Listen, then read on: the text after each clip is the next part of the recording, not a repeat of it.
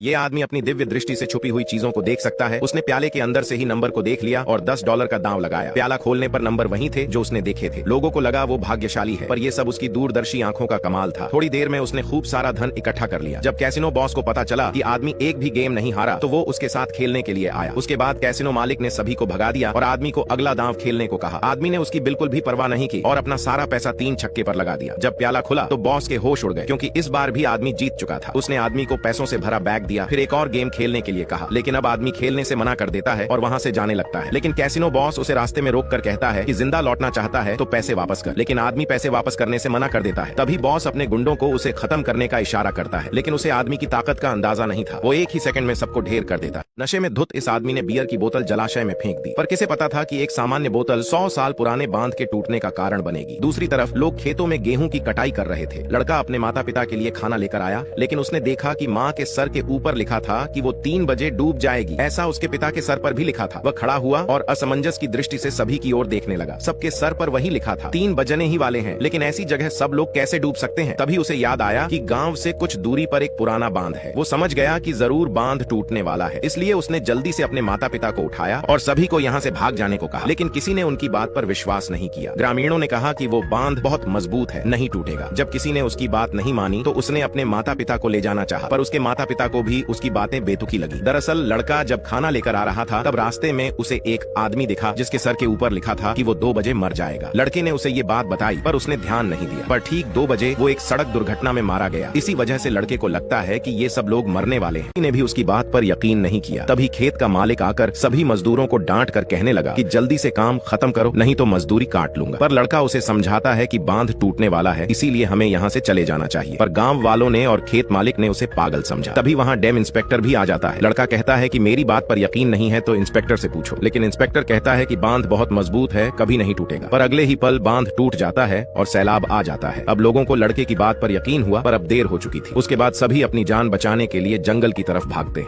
पति के गुजरने के बाद एक गरीब महिला अपने परिवार का पेट पालने के लिए मेहनत मजदूरी करती है, लेकिन आज उसके साथ हादसा होते होते रह गया। फिर भी वो काम खत्म करके शाम को लड़खड़ाते हुए घर पहुंची। वो मजदूरी करके पाई पाई जोड़ रही है ताकि अपने देवर की स्कूल फीस जमा कर सके। बेटी केक खाना चाहती है, लेकिन वो उसे भी खरीदने से अनिच्छुक है। तभी देवर बेटी के लिए केक लेकर घर लौटा, लेकिन स्कूल की फीस में अभी भी कुछ रकम कम पड़ रही थी। तब महिला को याद आया कि उनके एक रिश्तेदार ने उससे 1000 उधार लिए थे। अगर वो वापस मिल जाए तो काम बन सकता है। लेकिन जैसे ही वो उनके घर जाने के लिए उठी कि वही लोग उसके घर आ पहुंचे। वो लोग पिछली रकम लौटाने के बजाय और रकम उधार मांगने चले आए। महिला कहती है कि बच्चे की स्कूल की फीस के लिए पैसे कम पड़ रहे हैं, अभी और उधार कैसे दूं? पर वो महिला उन दोनों पर गलत आरोप लगाकर कहती है कि वो गांव में इस बात को फैला देगी कि देवर भाभी का अफेयर चल रहा है। महिला कहती है, ये कैसी बात करते हो आप? मैंने बचपन से इसे अपने बेटे की तरह पाला है। पर वो औरत जबरन पैसों का बक्सा छीन कर चली जाती है। अब उनकी आखिरी उम्मीद भी जा चुकी थी।